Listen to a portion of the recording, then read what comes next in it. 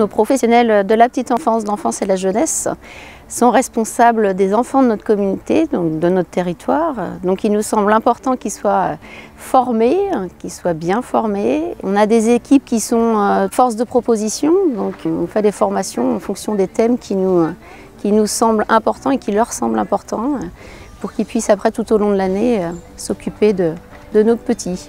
Aujourd'hui, la petite enfance est rassemblée sur la salle Balavoine autour d'une thématique de travail qui est les émotions. Pour que chaque professionnel ce soir, par exemple, en repartant, puisse mettre en œuvre sur le terrain, dès demain, dans leur crèche, les petits outils, les petites choses apprises aujourd'hui. La question des émotions, c'est quelque chose qui est très présent chez les enfants. Pouvoir mettre des choses en place pour les petits aussi au sein des structures, je trouve que ça peut être important.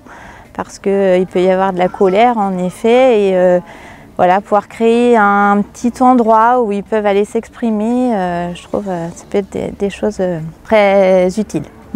Si je suis à l'écoute de mon émotion, ça veut dire que je vais être en capacité de me rendre disponible pour accueillir l'émotion de l'autre sans être dans une contagion de son émotion. Je sais faire la part des choses entre mon émotion et l'émotion de l'autre, et ça c'est essentiel quand on est un professionnel. Alors la journée enfance, le fil rouge est la santé et le bien-être. Du coup, on propose 5 ateliers.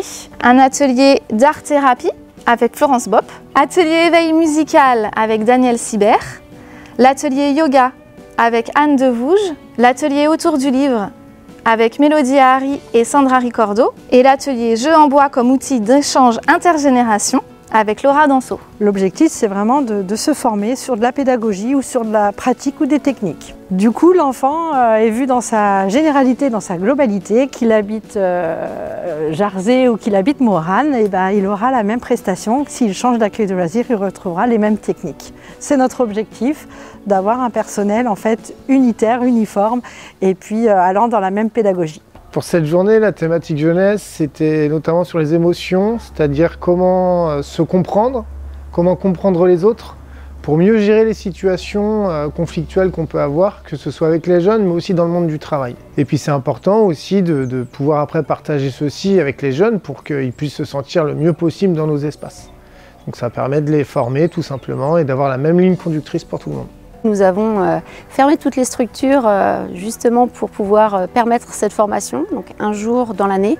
Ça donne du lien, ça fédère les équipes, c'est primordial.